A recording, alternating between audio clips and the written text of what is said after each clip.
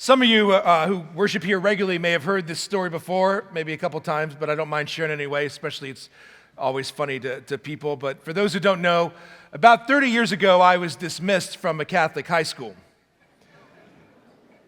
It wasn't unjust. I mean, it wasn't anything exciting either. I just kind of didn't get good grades, you know.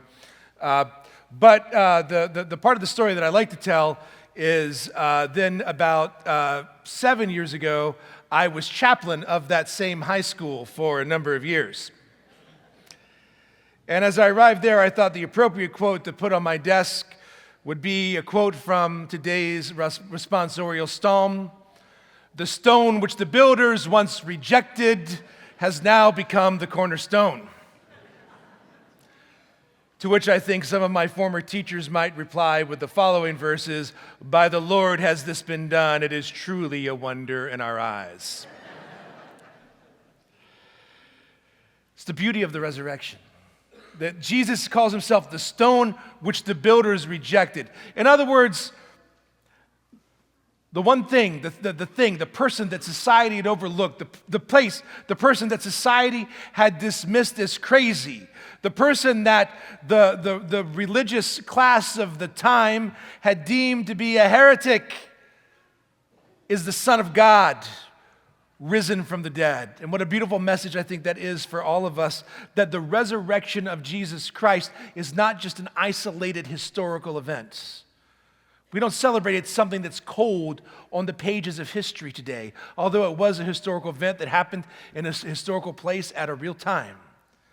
But we acknowledge that the real God became a real man, took on real flesh, underwent a real physical suffering and death, and had a real resurrection from the dead so that we can have a relationship with our God, a relationship that completely redefines us. It gives us our identity in Jesus Christ.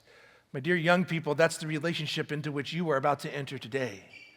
You become one with Jesus Christ, and then we are no longer judged by our merits, by what we do, but by God's grace that is alive, living, and active in us. The resurrection of Jesus Christ means that our past mistakes do not have to define us. The resurrection of Jesus Christ also means that our future mistakes do not have to define us. Because I'm alive in God, I'm a child of His grace. It means that whatever labels people have given to us do not need to apply, do not need to have any authority or any power over us, because at the core, at the root of who I am, I'm a child of God. And so who cares what anyone else thinks of me? Who cares what the world has to say about me? The resurrection of Jesus Christ, my friends, tells us that we don't have anything to fear from the world, that even if we are in the most hopeless of situations, even if the bank has foreclosed on our home, even if we have stage 4 cancer, even if we have lost loved ones in a terrible tragedy, terrible and horrible circumstances that surround us, that those things will never have the final word over us. They'll never have the last say. They'll never have the last authority. This is why the one thing God tells us more than anything else in sacred scripture is don't be afraid. Don't be afraid of what the world has to tell us. That was what the angel said to Mary on the day of the Lord's resurrection. Don't be afraid. Don't be afraid. Don't be afraid to go out into the world and share. Mary Magdalene ran from the tomb. Peter and the Apostle John ran to the tomb to see what had happened. And I got to tell you, that's really impressive to me because it would take a lot to get me to run. Probably being chased by a bear or an alligator. Although at this point, I'd probably say, all right, bring it, you know. But think about that. They ran. They didn't run because they had experienced a philosophy, because they had a philosophical revelation. They didn't run because they had had a mystical experience. They didn't run because they had discovered a new code of ethics. They ran because they had encountered the risen Jesus Christ, the Son of God who died for them. And when they thought that all had been lost, Jesus Christ rose from the dead. The door of death itself was blown open, rolled away by an angel, as thunder shook the ground that night, and Jesus Christ rose victorious over the dead. If you think about it, I think for Mary and for the other apostles, the tomb represents death. It is death. There's nothing more dead than a tomb, Which, by the way, I'm with Charles Dickens. I never understood that term dead as a doornail. Like, I don't know what's particularly dead about a doornail. Dickens said that maybe we should say dead as a coffin nail. I don't know. He also got paid by the words, so he probably was just rambling. But my point is, there's nothing more dead than a tomb. There's nothing more symbolic of death than a tomb. And Jesus himself rose from the tomb, kicked it open. But if you can imagine Mary Magdalene and the apostles, Peter and John, who went to the tomb, they ran from the tomb, ran out of it to tell the whole world what they'd experienced. And I bet you part of them may say, you know what, it's more comfortable in here. Just like sometimes we're comfortable and complacent in our own way of doing things.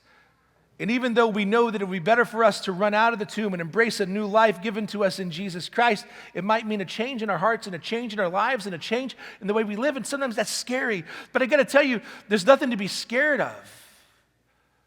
What I found is that life with Jesus Christ is not always easy, but it's also never boring unless you allow it to be. It's a great adventure. It's a life suddenly that has living, that has purpose, that has meaning, far beyond anything this world can give. Because sometimes I try to take my meaning in my relationships, and sometimes relationships fail or they get strained. Sometimes I try to take my identity in the things I do and my talents and my abilities.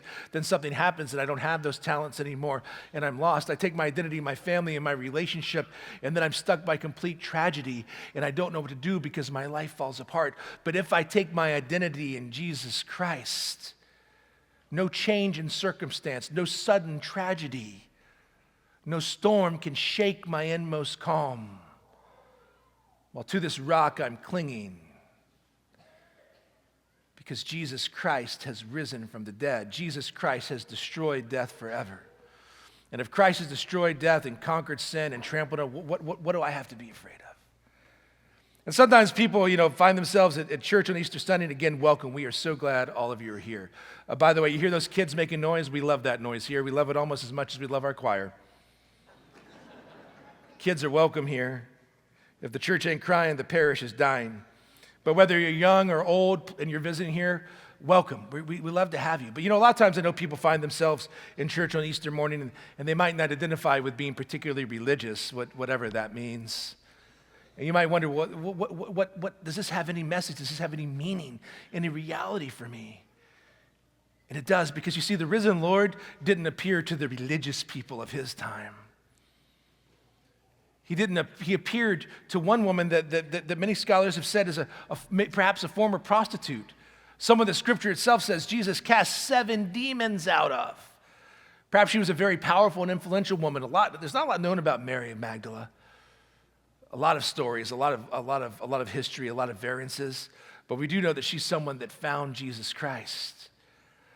And society didn't have a favorable view towards women in terms of leadership in the world. And so he went to someone that society has cast apart and said, you don't really matter as much as other people do. And what did she do? She ran to proclaim the resurrection to the apostles, who, by the way, didn't believe her at first. So they tried to mansplain to her what dead means. And she's like, don't you understand? And then they ran to the tomb. And even Peter and John themselves, fishermen. I come from generations of commercial fishermen. I can tell you they are not the most sophisticated lot. They're amazing, hardworking, loving people. Jesus didn't go to the rich, to the elite, to the powerful, to the wealthy, or even the religious. He came to ordinary people like you and me, who are in need of hope, who are in need of mercy, who are in need of forgiveness, and who are in need of salvation. Salvation from ourselves, salvation from the things of this world, salvation from selfishness, salvation from violence, salvation from addiction, salvation from bad relationships, salvation from past mistakes, salvation from the future unknown. God offers salvation to us all in his Son, Jesus Christ. The question that we have to challenge ourselves with today, my dear brothers and sisters, is, are we going to remain in the tomb? Or are we going to run out and tell the world that we have encountered and found the risen Lord, and that he has called you and me to enter in with him into the fullness of life, into his kingdom that has no end.